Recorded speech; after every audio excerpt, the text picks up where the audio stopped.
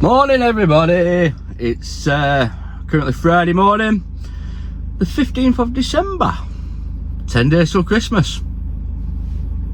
Anyway, shall digress on that one later on. And I've just got to customer, first time I've been here actually, and to be fair, what a nice set of people, makes a change. Anyway, we have a truck that's got a misfire on it apparently, so I think first job with that will be we'll plug in and see if laptops tell us anything on that one. But I have some injectors and stuff for me just in case we need them, and we'll have a look and see. And yeah, Friday again people, and then tonight is our work's Christmas party, so yeah. Anyway, providing I get back from Birmingham in time, I shall be going to it. If not, I shall be missing it. Anyway, we'll be back in time. 100% back in time. No, I'm not saying no to beer, I'll tell you. Anyway, let's go and have a look at this wee beastie and see what sort of misfire we've got.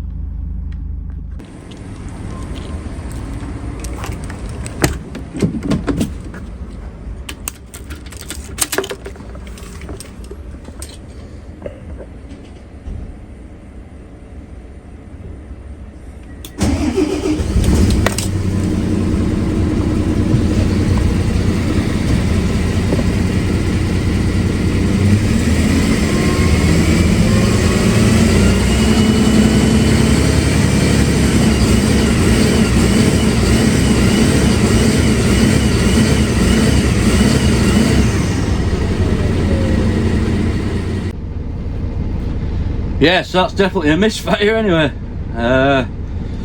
It's right on tick over though, isn't she? Until she gets to like,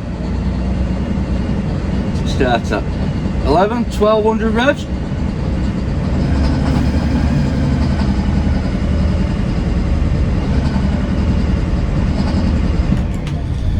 Right, let's see if there's any fault codes in it. And then what we can do, I can start shutting cylinders down, see if it makes it any worse and all the rest of it on laptop and what have you. So it's certainly dying under load anyway, isn't it? So right, let's get laptop on and have a look.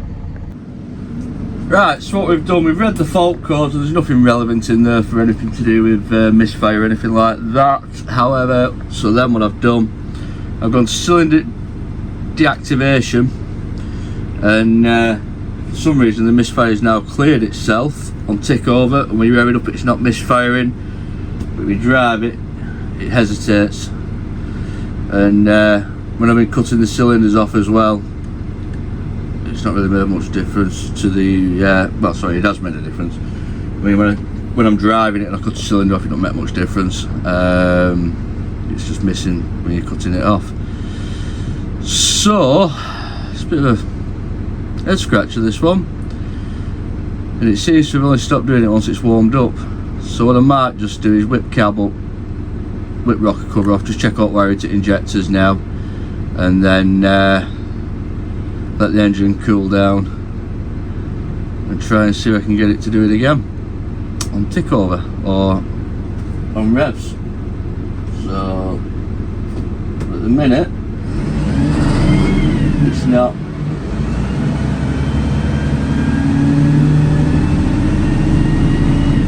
No, it's not doing it at the minute. So anyway, we'll have a look, get cab up and have a look.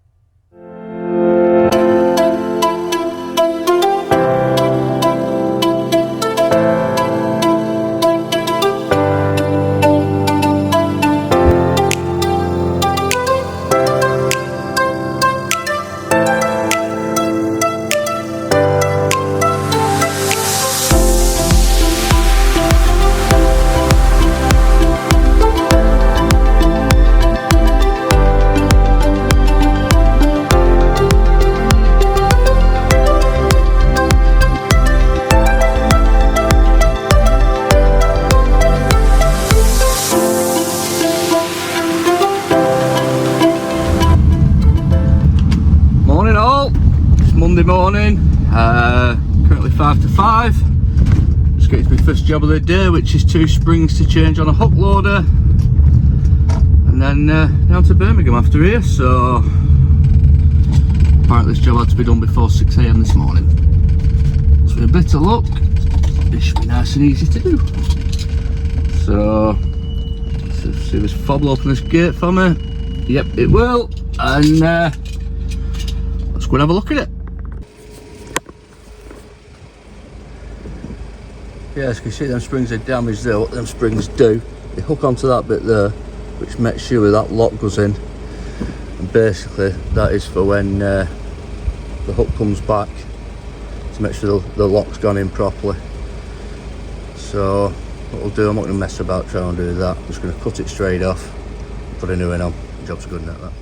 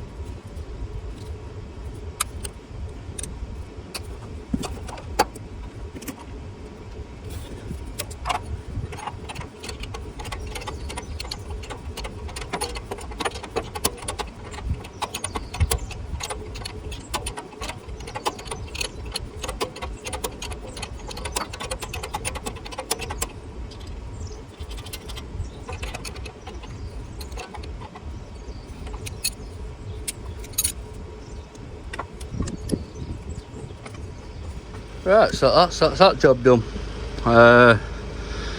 Basically you see 2 lock nuts on the end, tension the spring. Now that job would have been made a lot more easier if that hook had been at the front, but it's not, it's in the position at the back. It'll break in half to pick a skip up. And what them springs do, they put them locks in when the hook's at the front, and then it'll look like a tipper body and not break in the middle. So yeah, that's the first job at day done. Right then, let's get on. By the power of magic, or by the power of editing in YouTube, next time you see me, I'll be in Birmingham. So let's get down there. So now then, as by magic, I have now got from Salford to Birmingham less than a second. So this is a job that I come to Friday. You may notice I had a lot more hair and a lot more beard then, but consequently had a trim since then. So anyway, yeah, Friday we tested the injector, stuff like that, and I found a misfire on 3 and 5, or they weren't performing as they should. So I thought, right, we'll change injectors. And unfortunately, these injectors have these steel pipes on, which tend to be one type use only. In the thread at the end, you probably not be able to see it, picks up on the injector sometimes, and when I took it off, it picked up on the injector. We couldn't get any, so we had some in Chorley, so I ended up going back to Chorley Friday afternoon, and then we're back here this morning to do it. So unfortunately on Friday when I was recording, when I was taking the injectors out, I didn't realise the storage had gone full on my phone, so that stopped that job. So let's go and have a look and see what we're doing now. Right guys, so it's only just come daylight, it's just about 8 o'clock now. So basically what I've done, I've replaced injector number 3 here and injector number 5 as well, and then started it, run it up, and it seems to have cleared the problem. Now these are the parts that I'm on about, these steel parts here. If you look, that's one of them there that goes onto the injector. So what we plan now is get rocker cover back on and give it a bit of a road test and just make sure it is clear. I would like to film doing this, but unfortunately it was dark.